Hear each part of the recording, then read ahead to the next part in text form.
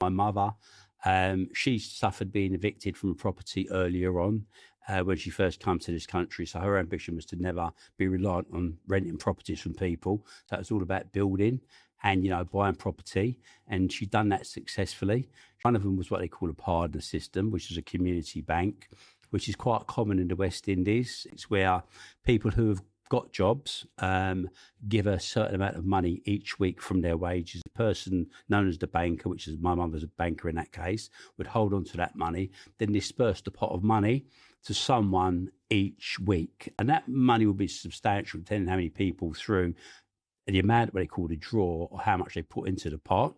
And that was used for deposits. Lots of West Indies houses, around the areas of Brixton, Stoke Newton, where you had big houses, where they had big families, where you could house people.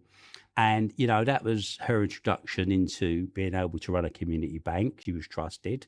But also, she wasn't satisfied with that. My dad had to turn the basement of our first house into a boutique. My mum knew some traders who had cloth factories in the local area, most of them Maltese, and they used to get what they call cloth, and the cloth used to come over from the factories, for like Freeman's catalogues and Littlewoods, popular catalogues at the time.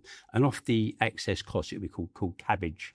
So cabbage would be the additional material, and then what they'd do is they'd do additional run off for those dresses. So what she would do is buy all the run-offs for those dresses, the surplus stock.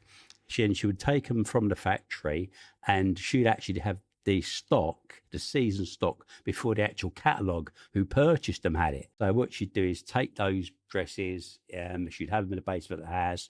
Women would come all day Saturday from Ridley Road Market, buying their fresh produce, come downstairs, try on dresses, buy dresses, and she even expanded at the time as well to actually create like an Avon system service. So she got what they call grips, which were the old suitcases, and she would give women suitcases or dresses where they could go, to other people they knew and work on a commission and sell those dresses. It was just known as Mavis's Partner and Mavis's Boutique. It was like, she was a real centre of the community. And my dad being a stable, East Ender, who, he was an incredibly, great, good builder in terms of bricklaying.